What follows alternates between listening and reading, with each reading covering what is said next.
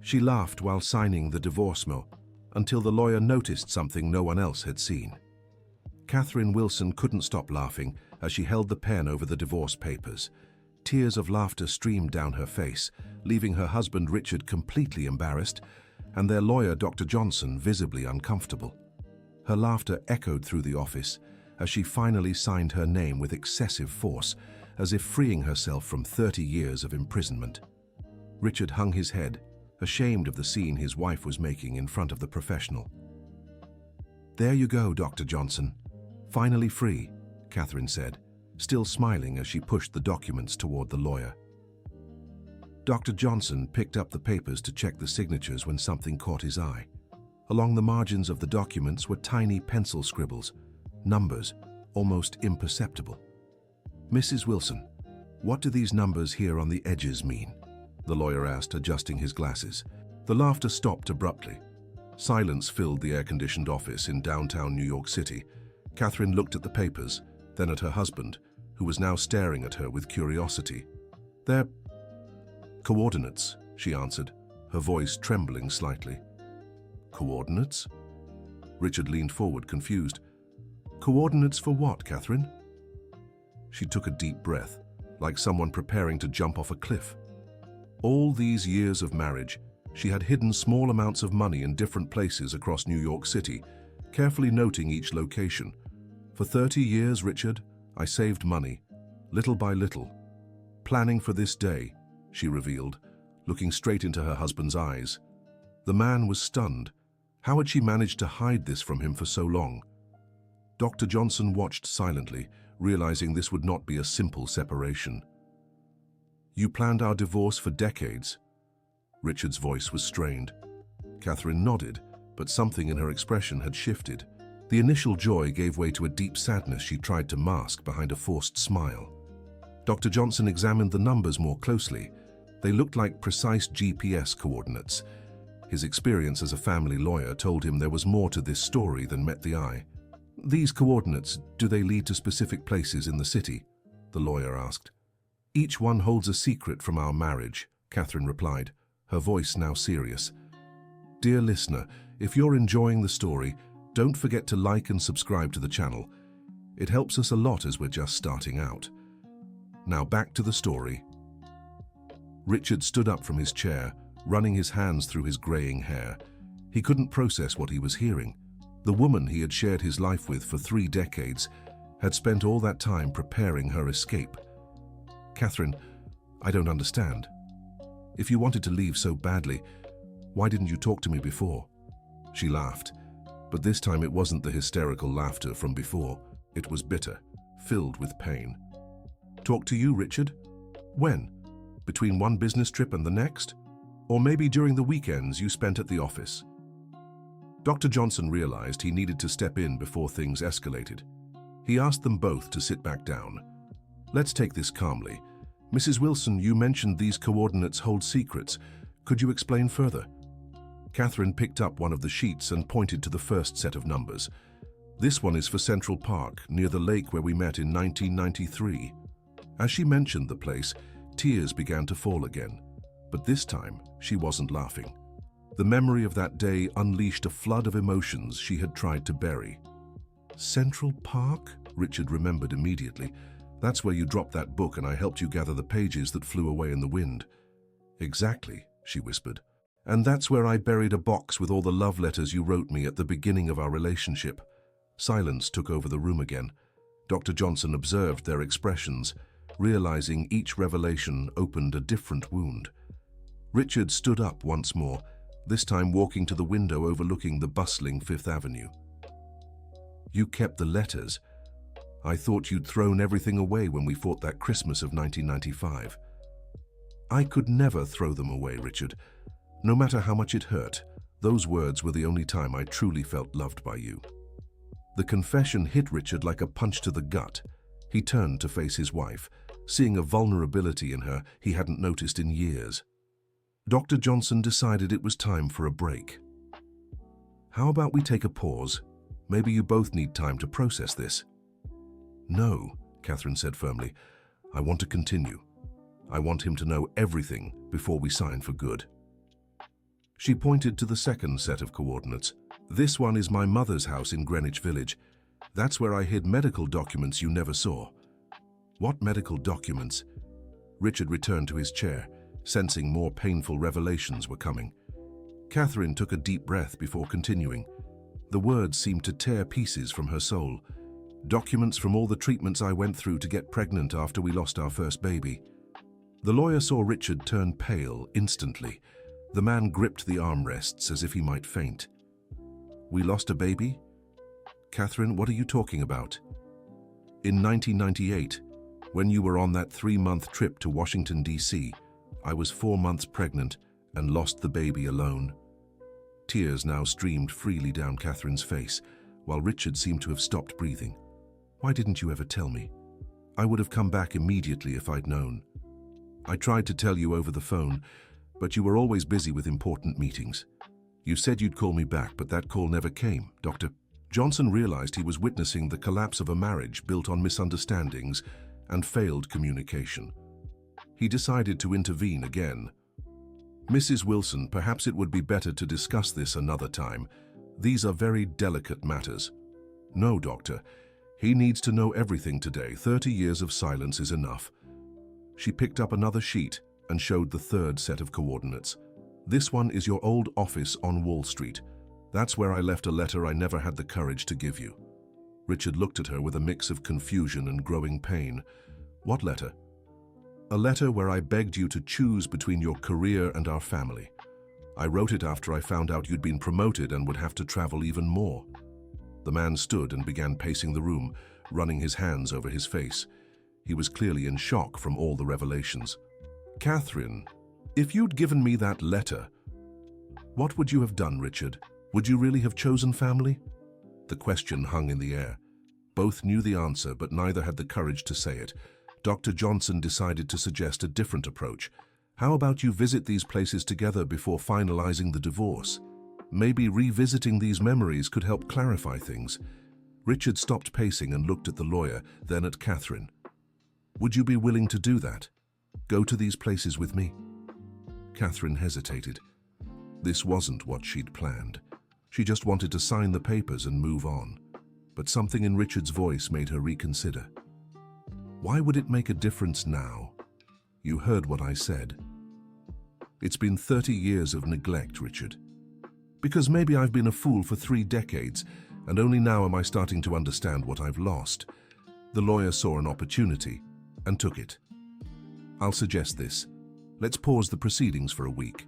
You visit these places, talk through these unresolved issues, and then come back here for a final decision.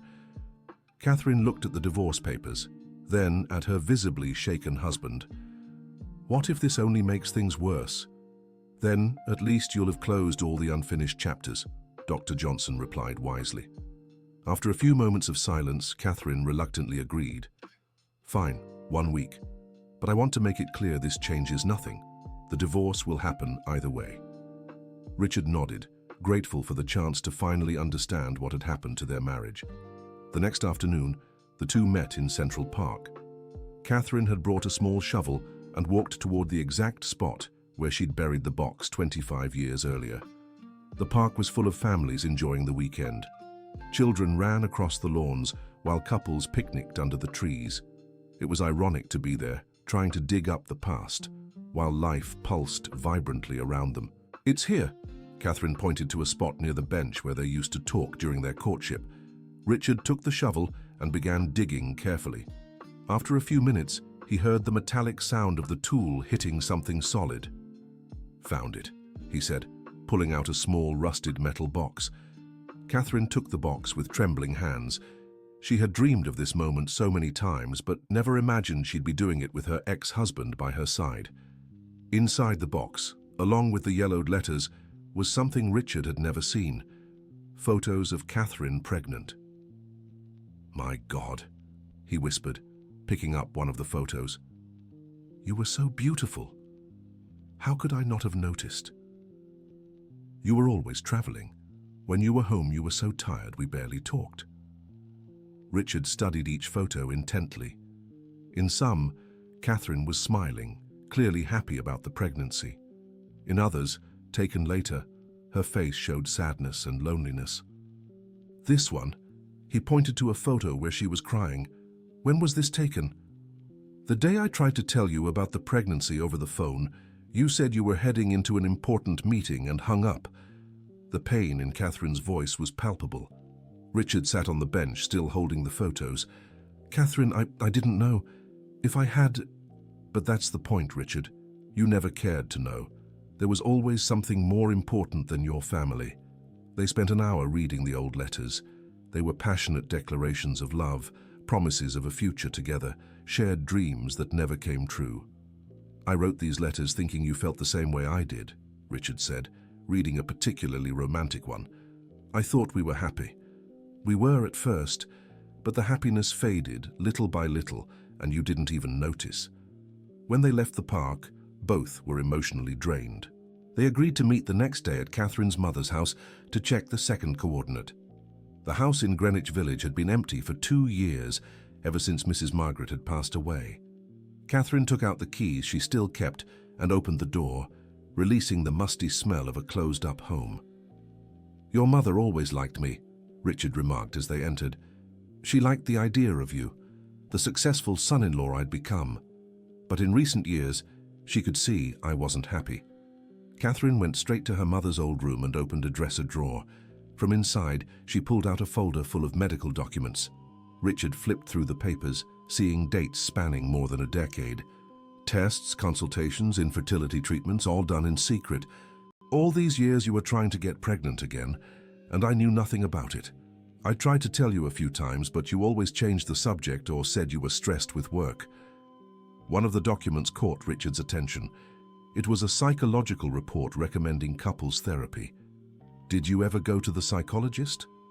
"I went alone for 3 years, trying to understand why our marriage was falling apart." The revelation hit Richard like a slap in the face. While he was obsessively dedicated to his career, Catherine was fighting alone to save their relationship. "Why didn't you insist I go with you?" "Because you always had an excuse ready. A trip, a meeting, an important project. I got tired of competing with your job for your attention." They spent the afternoon reviewing every document. It was like flipping through the secret history of their marriage, a version Richard had never known. By the end of the day, Catherine showed the last document in the folder, a divorce request dated 5 years earlier, but never filed. "You wanted to separate 5 years ago." "I did, but I didn't have the courage. I was afraid to start over alone after so many years together." "And what changed now?" Catherine looked at him with a mix of sadness and determination. "I changed, Richard. I got tired of living half a life." Dear listener, if you're enjoying the story, take a moment to like and especially subscribe to the channel. It helps us a lot as we're just starting out. Now, continuing. On the third day, they went to Richard's old office on Wall Street. The building had been renovated, but the doorman still remembered him. "Dr. Richard, long time no see. How are you, ma'am?" the employee greeted. "We're fine, Mr. Wilson. We came to get something Catherine left here a few years ago." Catherine explained where she had hidden the letter, behind a plaque on the ground floor of the building, in a small crevice she'd discovered by chance. The letter was still there, protected by a plastic bag. Catherine handed it to Richard to read. As he read, she watched his expression gradually change. It was a desperate letter, a final plea for him to prioritize their family. "Richard, I need you to understand that I'm losing you little by little. Every trip, every meeting, every weekend at the office is another piece of our love dying. Choose us, please. Choose the family we could still build together." He read aloud, his voice breaking. "I wrote this after you missed my 35th birthday because of a presentation that could have been postponed." Richard vaguely remembered that day. Catherine had prepared a special dinner, but he came home after midnight, and she was already asleep. "Catherine, if I'd read this letter back then, would you have changed anything, or would you have convinced me it was just a phase and everything would get better after the next project?" The question was rhetorical, but it stung because they both knew the answer. On the 4th day, Catherine revealed there were more coordinates. The next one led to the hospital where she had lost the baby. "I don't know if I have the strength to go there," Richard confessed. "I'm going with or without you." But I think you need to understand what I went through alone. Mercy General Hospital still had the same hallways Catherine had walked in despair 27 years earlier. She knew every detail of the path to the maternity ward. "This is where I waited for 6 hours just to speak to a doctor," she said, pointing to a row of uncomfortable chairs. Richard looked around, trying to picture Catherine alone in that place, dealing with the most painful loss of her life. "I tried calling you dozens of times, but your phone always went straight to voicemail. I was in Washington, D.C., remember? At that meeting with the ministers I thought was so important. More important than your own son." The question echoed through the empty hallway. Richard leaned against the wall, feeling the weight of the guilt he had unknowingly carried for decades. "I didn't know, Catherine. I swear to God I didn't know." "But that's the point. You didn't know because you never asked. You never cared to know how I really was." They walked silently through the hospital corridors. Catherine showed him the room where she had undergone a procedure to remove the baby who hadn't survived. "I spent 3 days here, alone. No visits, no support, without my baby's father." Each word was a dagger to Richard's heart. He was beginning to understand the depth of what he had lost through his neglect. On the 5th day, they went to the bank where Catherine kept her secret account. The manager, who had known her for years, greeted them with surprise. "Mrs. Wilson, I rarely see you here," he remarked, addressing Richard. "This is a personal account of mine," Catherine explained. "I'd like to show my husband the statements from the last few years." The statements revealed a meticulous history of savings, small amounts deposited monthly, always withdrawn from her own checking account. But what stood out most were the regular payments to a psychology clinic. "You paid for therapy for 10 years. Richard was incredulous. "Individual therapy and a few attempts at couples counseling. Obviously, the couples therapy never worked because you never showed up." "Catherine, why didn't you ever make me go?" "Because you can't force someone to fight for a marriage.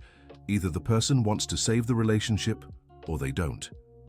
Richard examined each statement, seeing how Catherine had meticulously planned her financial independence over the years. "Were you really preparing to leave me for that long?" "I was preparing to survive in case you decided your career was more important than our family." Which, by the way, is exactly what happened. On the 6th day, Catherine took Richard to the location of the 5th coordinate, a nursing home in uptown New York City. "Why are we here?" Richard asked, confused. "Your mother has been here for 4 years. Richard stopped in his tracks, shocked. "My mother? Mrs. Rose is alive. What do you mean she's here?" "Richard, she has Alzheimer's. She's been here since 2020. I visit her every week." Richard's world crumbled once again. He had lost touch with his mother years ago, assuming she was being well cared for by neighbors in the house she had always lived in. "How did she end up here? Why didn't you ever tell me?" "I tried to tell you many times. You always said you'd handle it next week." Next week never came. And when the situation became unbearable, I brought her here. They entered the nursing home and went to Mrs. Rose's room. The 78-year-old woman was sitting in an armchair, gazing out the window. "Hello, Mrs. Rose. I brought a special visitor today," Catherine said, kissing the elderly woman's forehead. "Catherine, my dear." Mrs. Rose's face lit up. "You've come to see me again." Richard approached slowly, fighting back tears. "Mom, it's me. Richard, your son." Mrs. Rose looked at him in confusion, then turned to Catherine. "Catherine, who is this man?" "He says he's my son, but my son never visits me." The words struck Richard like lightning. His own mother didn't recognize him, but treated Catherine like family. "She only remembers those who visit her regularly," Catherine explained. "To her, I'm family and you're a stranger." They spent an hour with Mrs. Rose. Catherine spoke naturally with her, knew all the nurses by name, and understood exactly how to handle the elderly woman's moments of confusion. "How long have you been taking care of my mother?" Richard asked when they left. "Since she first showed signs of the disease, someone had to care for her, and you were always too busy." "How much does it cost to keep her here?" "About $4,000 a month, paid with the money I saved all these years. Richard sat on a bench outside the nursing home, burying his head in his hands. Catherine, I'm a monster. I abandoned my mother. I abandoned you. I abandoned our son. You're not a monster, Richard. You just lost your way and forgot what truly matters in life. On the seventh day, the last before returning to the lawyer, Catherine revealed there was one more coordinate, the most important of all. This coordinate leads to a place I visited for 10 years, always alone. They went to an orphanage on the east side of the city. Catherine greeted staff by name, clearly familiar with the place. "Mrs. Wilson, what a surprise to see you on a Sunday," said the director. "Did you come to visit Emily?" "I did, and I brought my husband." Richard followed Catherine through the orphanage halls, growing more confused by the minute. "Catherine, what are we doing here?" 10 years ago, when I found out we couldn't have children naturally, I started volunteering here. I met a 7-year-old girl who had just arrived. They stopped outside a room where a 17-year-old girl was helping younger kids with their homework. "That's Emily. I watched her grow up, always dreaming that one day we could adopt her." Richard studied the girl, seeing how tenderly she interacted with the children. The special bond between her and Catherine was unmistakable. "You wanted to adopt a child?" 5 years ago, I prepared all the adoption papers. Only your signature was missing." Catherine pulled a folder of yellowed documents from her bag. "These are the papers I kept for years, waiting for the right moment to bring up the idea." Richard flipped through the documents, seeing his photo attached, as if Catherine had planned every detail. "Why did you never show me this?" "Because you barely had time to talk about dinner. How could I bring up adopting a child?" Emily noticed Catherine and ran to hug her. "Aunt Catherine, I'm so glad you came. I missed you." "Emily, I want you to meet my husband, Richard." The girl greeted Richard politely, but it was clear she didn't know who he was. "Aunt Catherine, are you okay? You seem sad today." "I'm just sorting out some unfinished business, my dear." They talked for a few minutes about Emily's studies, her plans for the future, her dream of studying medicine. When they left the orphanage, Richard was visibly shaken. "That girl sees you as her mother. And I see her as my daughter. She's the family I always dreamed of, but you never cared to build. Catherine, if you had shown me these papers 5 years ago, what would you have done? Signed them or made another excuse to delay?" The question hung in the air because they both knew what Richard's reaction would have been back then. The next day they returned to Dr. Johnson's office. The lawyer immediately noticed something had changed between them. It wasn't reconciliation, but a new understanding that hadn't been there before. "How was your week?" asked the lawyer. "Eye-opening," Catherine replied. "Now he knows everything I hid for years." "And you, Mr. Richard, how do you feel after these revelations?" Richard took a deep breath before answering. "I feel like I wasted the most precious life I could have had, like I was the worst husband, son, and person anyone could be." "But do you think there's still something to be done?" pressed the lawyer. "Dr. Johnson, some mistakes can't be undone. I lost my son, abandoned my mother, neglected my wife for 3 decades. There's no coming back from that." Catherine looked at the divorce papers on the table, but made no move to take them. "Catherine, do you still want to finalize the divorce?" asked Dr. Johnson. "I do," she answered, but her voice lacked the certainty it had a week ago. "May I make a suggestion?" the lawyer said. "What if, instead of signing the divorce papers today, you considered a temporary separation? A few months for Richard to prove he can change." "Dr. Johnson, with all due respect, I don't believe in change at 52, Catherine said bluntly. "I understand your skepticism, but look at this. In just 1 week, you've learned more about your marriage than in years of living together. Maybe it's worth one last try." Richard stood and walked over to Catherine, kneeling beside her chair. "Catherine, I know I don't deserve it, but I'm asking for one last chance. Not to go back to how we were, but to build something new. Richard, you've said those words before. Every time I threatened to leave, you promised changes that never came. This time is different. Now I know the cost of my choices. I saw my mother not recognize me. I saw the documents for the child we lost. I saw the daughter we could have adopted." Catherine looked into Richard's eyes and, for the first time in years, saw something she hadn't seen in a long time: genuine vulnerability. "What exactly are you proposing?" "That I prove I can be the man you deserved as a husband. I'm not asking to move back in together right away. I'm asking for a chance to earn back your trust." Dr. Johnson watched the exchange in silence, sensing there might still be hope for reconciliation. "Catherine, what would you need to see change in his behavior?" She thought for a few minutes before answering. "First, I want him to visit his mother every week. No exceptions. Second, I want him to take an active role in her care, including the expenses. Third, I want us to do couples therapy, but this time with his mandatory attendance." "What about Emily?" Richard asked. "What about her?" "If I prove I've changed, would you consider trying to adopt her together? She's still 17, but we could support her until she graduates and gets settled." Catherine was surprised by the offer. She never expected Richard to voluntarily suggest adoption.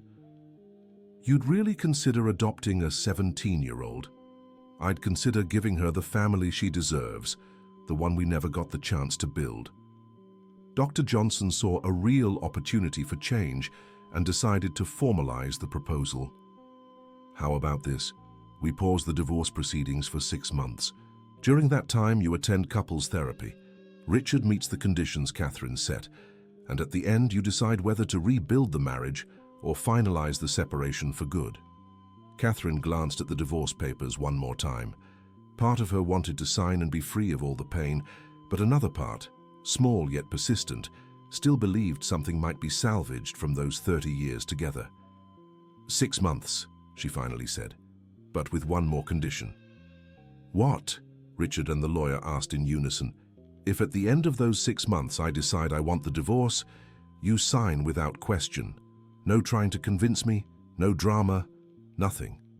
"I agree," Richard answered immediately. "And I want you to move out during those 6 months. Live alone, learn to take care of yourself, appreciate what you lost." The condition was harsh, but Richard knew it was more than he deserved. "I agree to that too, Dr. Johnson prepared a temporary separation agreement with all the stated conditions. Both signed, knowing the next 6 months would decide the future of their relationship. Dear listener, if you're enjoying the story, please take a moment to like and especially subscribe to the channel. It helps us a lot as we're just starting out. Now continuing, during the first months of the separation, Richard struggled to adjust to life on his own. He had spent 30 years with Catherine taking care of every domestic aspect of his life. Learning to cook, do laundry, and keep a house clean was harder than he'd imagined. But each challenge made him better understand everything Catherine had done for him over the decades. Visiting his mother at the nursing home became part of his weekly routine. At first, Mrs. Rose still didn't recognize him, but with persistence, she began to remember him in moments of clarity. "Richard? My son?" she said during one visit, holding his hand. "Yes, Mom. It's me. I came to see you. Why did you take so long to come? I missed you." His mother's simple question made him cry. She didn't remember his years of absence, but the feeling of abandonment remained etched somewhere in her fragmented memory. Catherine continued visiting Mrs. Rose, and gradually the three of them began meeting at the nursing home. The elderly woman was visibly happier when both were present. "Now everyone's together," she'd say, holding their hands. "Catherine, you brought my son back." Couples therapy sessions were difficult at first. Catherine had years of pent-up hurt that needed to be processed. Richard needed to learn to truly listen, not just wait for his turn to speak. "Richard, when Catherine talks about feeling abandoned, how does that make you feel?" asked the therapist, Dr. Patterson. "Guilty. So guilty. But I'm also angry at myself for being so blind." "And how do you plan to deal with that guilt constructively?" "By being present now. Maybe I can't change the past, but I can shape the future." Catherine watched Richard during the sessions, looking for signs that the changes were genuine or just a temporary effort to win her back. "Catherine, do you see any real change in his behavior?" Dr. Patterson asked. "I see he's trying. But I'm still afraid it's temporary, that he'll go back to how he was once he gets what he wants." "That's a valid fear. deep change takes time to settle. 3 months after the separation began, Richard surprised Catherine with an unexpected request. "Catherine, I want you to come with me to the orphanage to talk to Emily." "Why?" "Because I want to get to know her better. I want to understand why you love her so much and see if I can love her too." They went to the orphanage together on a Saturday afternoon. Emily was helping in the garden at the back of the property. "Aunt Catherine," the girl ran to hug her, "and you brought Uncle Richard again." "Hi, Emily. Actually, I wanted to talk to you about some things," Richard said. The three of them sat on a bench under a tree. Richard asked about her studies, her dreams, her struggles. "I really want to study medicine, but I know it's hard for a girl like me to afford college," Emily admitted. "Why do you say a girl like you?" Richard asked. "Because I'm an orphan. I have no family, no money. It's hard to compete with people who have parents who can pay for prep courses, private schools." Richard was moved by the girl's maturity and determination. "Emily, what if I told you you're not alone? That there are people who care about you and want to help?" "What do you mean?" Catherine looked at Richard, surprised by where the conversation was going. "Aunt Catherine loves you like a daughter, and I'm learning to love you too. We want to be your family, to support your dreams." Emily looked at Catherine with tears in her eyes. "Aunt Catherine, is it true?" "It's true, my dear. It always has been." "But aren't you two married? I thought you'd separated." "We're going through a rough patch, but that doesn't change how we feel about you," Richard explained. At that moment, something shifted permanently in the dynamic between the three of them. Catherine saw in Richard a fatherly side she'd never noticed before. Richard finally understood what it meant to have a family beyond blood ties. Back in the car, Catherine and Richard talked about formalizing the adoption process, regardless of their relationship status. "Even if we decide not to get back together, could we still be Emily's adoptive parents?" Richard asked. "You'd really consider that?" "Catherine, for the first time in my life, I understand what it means to love someone unconditionally. That little girl deserves a family, and we can give that to her." In the 4th month of their separation, Mrs. Rose had a health complication and was hospitalized. It was the first real test of Richard's commitment to the family. He cancelled all his work meetings and spent 3 days at the hospital by his mother's side. Catherine joined him, and together they cared for the elderly woman through the crisis. "Son, you're here," Mrs. Rose said in a moment of clarity, squeezing Richard's hand. "I'm here, Mum, and I'm not leaving again." "Catherine, did you take good care of my boy while he was lost?" "I tried, Mrs. Rose. I always tried." "Now, don't you two stay apart any longer. Life's too short to waste love." The elderly woman's words echoed in the hospital room. Both Catherine and Richard realized they were receiving a blessing from the family matriarch. Mrs. Rose recovered from the crisis, but the episode brought the couple even closer. They started talking daily again, always about his mother or Emily, but their intimacy was slowly being rebuilt. By the 5th month, Richard made a decision that shocked everyone. He quit the job he'd held for 15 years. "You did what?" Catherine couldn't believe it. "I quit. I realized that job was the reason I drifted away from everything that mattered." "But Richard, you need to work. How will you support yourself?" "I'm opening my own small local office, somewhere I can control my schedule and priorities." The decision showed Catherine that Richard's changes ran deeper than she'd imagined. He was willing to completely restructure his life to put family first.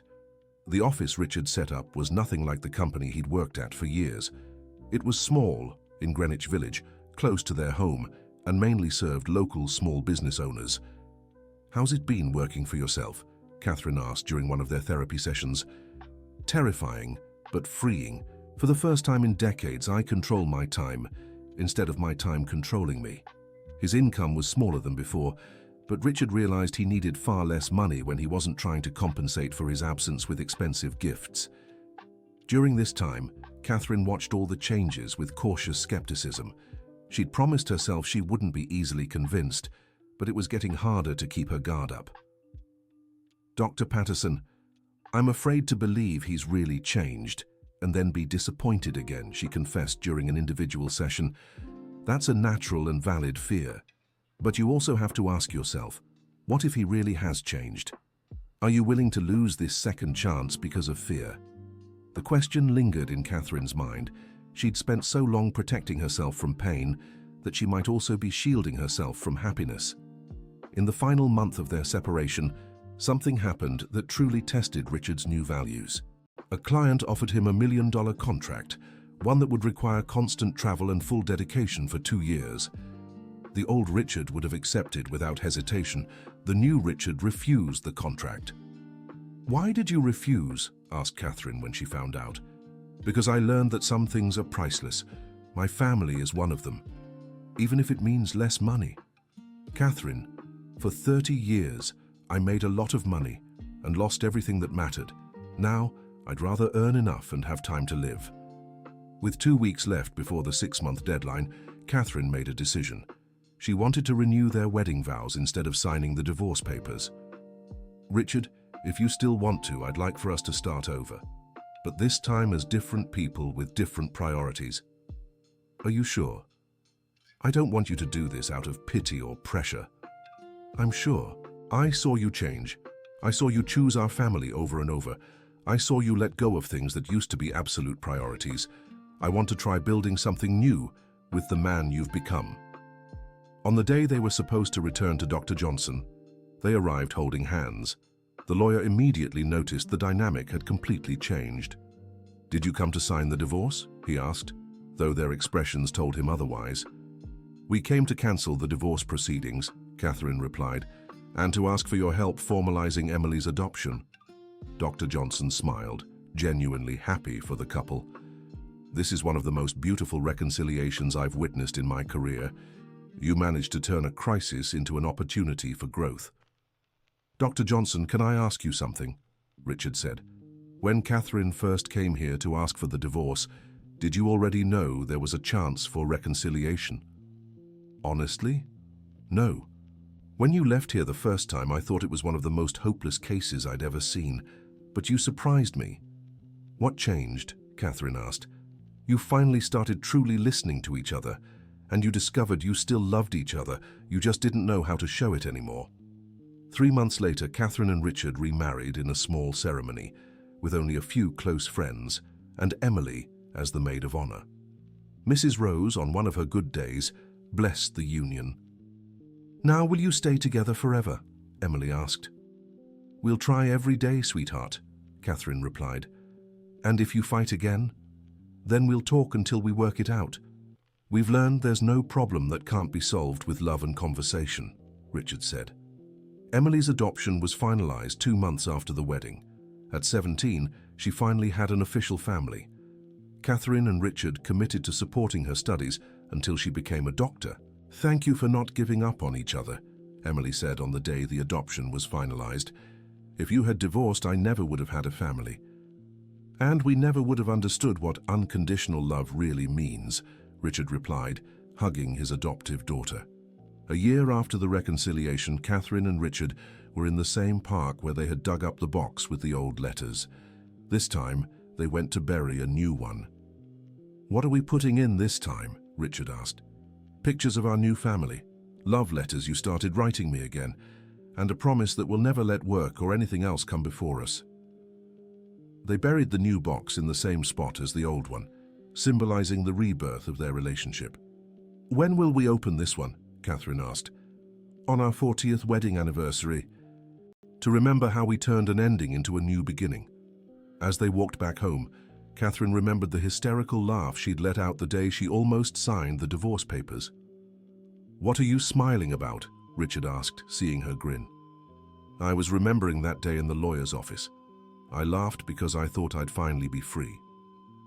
I didn't know true freedom would come when we decided to fight together for our problems instead of running from them." "And I thought you were crazy," Richard admitted. "Now I understand you were desperate for me to see how important our family was." 2 years later, Emily took her medical school entrance exam. Catherine and Richard were at the university gates when the results came out. She had passed in first place. "I did it!" Emily shouted, running to hug her parents. "I did it!" "We did it," Catherine corrected. "Because that's what family is, winning victories together." Richard looked at the two most important women in his life and realized he had everything he'd ever searched for. Not in his career, not in money, not in professional success, but in the simple, everyday love of a family that chose to stay together. Mrs. Rose, despite her advancing Alzheimer's, still had moments of clarity where she remembered everything.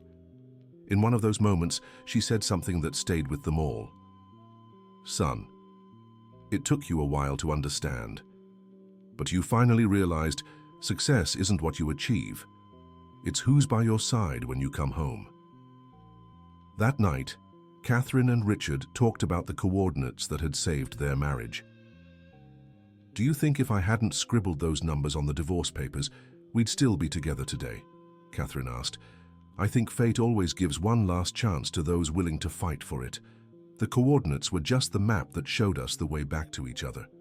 And now, where do our coordinates point? To the future, to Emily's graduation, to the grandchildren she might give us one day, to growing old together while caring for my mother, to all the simple moments that make life worth living."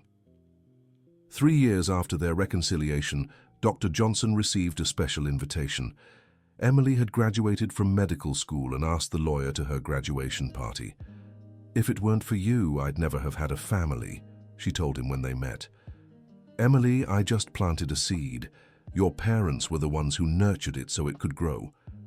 "Our parents," she corrected, glancing at Catherine and Richard as they chatted with other guests. "I finally have a real family." During the party, Catherine and Richard danced to the same song that had played at their wedding 35 years earlier. "Do you regret anything?" Richard asked. "I regret that we wasted so much time fighting instead of talking. But I don't regret the path we took because it brought us here. What if we could go back in time?